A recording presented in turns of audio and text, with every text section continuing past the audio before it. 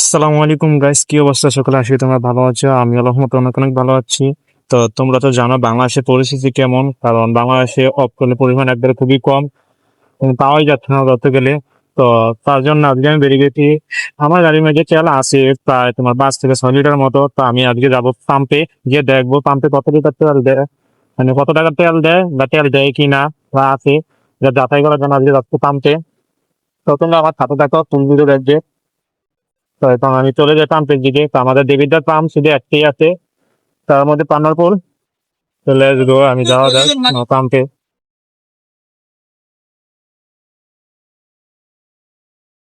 আমি এখন পাম্পের উদ্দেশ্যে রওনা দিয়ে দিচ্ছি। তো এখান থেকে যাবো, আগে পাম্পে গিয়ে দেখবো তো কত টাকা তেল দেয় এখানে, বা বাংলাদেশে তেল কি আসবে কিনা আদৌ। মানে অনেক জায়গায় বলতেছে তেল পাওয়া যায় না, দেখি আমি অনেক জায়গায় দেখছি যে 200 টাকা 250 টাকার উপরে তেল দিতেছে না। তো সব জায়গায় তো এক না। আমাদের পানারপুর কি অবস্থা, তো আজকে যাচাই করার জন্য আমি বাড়ি গেছি। তো সবাই আমার সাথে নেবো। আমার বাচ্চা থেকে প্রায় পাম্প যেতে লাগে প্রায় 2 কিলোমিটারের মতো। তো বেশি সময় লাগে না আমার যেতে। তো দেখা হচ্ছে আমাদের কাছে পাম্পে।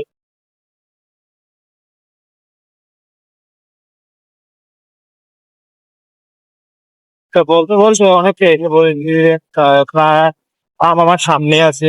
তো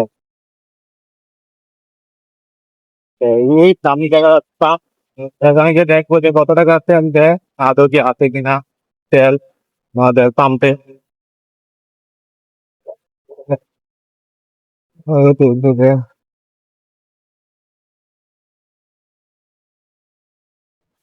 পাম্পে চলে এসেছি। অপশন, হাই হাই, অপশন নাই গাইস। তার মানে পাম্পের মধ্যে তেল নেই।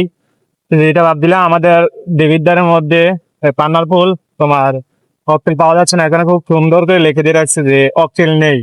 তো যারা যারা আসবে আমাদের পাম্পে তারা তেল পাবে না এখানে। তেল আছে, ওনাদেরকে গিয়ে জিজ্ঞেস করি তেল কি আদৌ আসবে কিনা।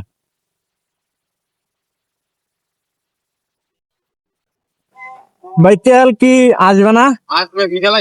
বিকালে? এখন কি তেল স্টকে শেষ?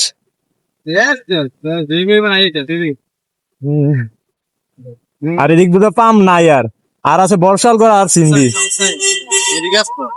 এদিকে অনেক ইসুপুরে দাও, ইসুপুরে একটা বর্ষার ঘর। ইসুপুরে তেল ভালো না, বর্ষার ঘরে তেল ভালো।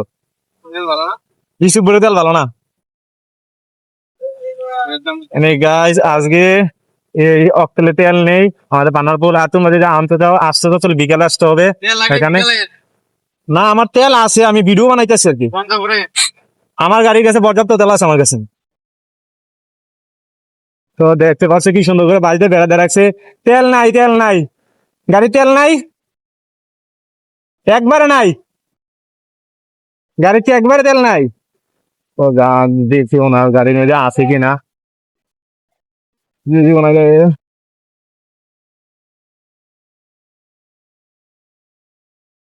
গাড়িতে একবারে তেল নাই, হ্যাঁ একবারে তেল নাই।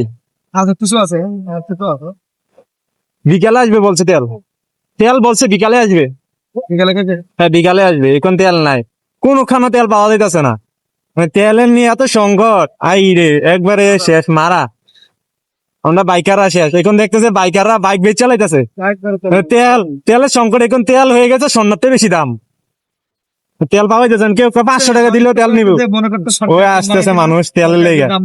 আর সুন্দর একটা ডিজাইন করছে দাদা, সাইডে দিয়ে বেড়া দিয়ে রাখছে, আবার লেখা রাখছে অক্টোল নেই, সুন্দর মতো লেখা রাখছে। না তেল নাই, তেল নাই। কতজন আইসা বিঘা দিতেছে তেলের সংকট। তেল স্টক করে রাখতে তারা স্টক করে রাখতেছে আগের থেকে। দাম বাড়ায় তারা এডির মধ্যে সব মধ্যে স্টক করে রাখছে গাইস, কিন্তু তারা দিতে চাইতেছে না।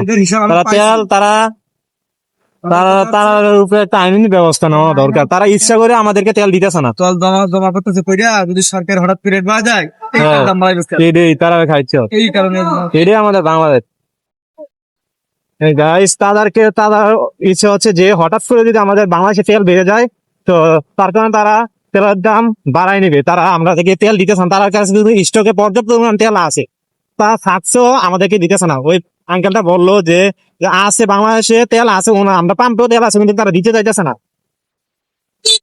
আমরা বাঙালির এমন যে মনে করেন তুই থেকে তাল বানাইলাই, তারা তেল ফেকতেও দেয় না। তো গাইস আজকে ভিডিওটা এই পর্যন্তই। তো ভিডিওটা কেমন হলো তোমরা কমেন্টে বলে দিও। আর তেলের নিয়ে আর কি বলবো গাইস। তো দেখা হচ্ছে নেক্সট ভিডিওতে। সবাই ভালো থাকবেন, সুস্থ থাকবেন। আল্লাহ হাফেজ, টাটা, বাই বাই।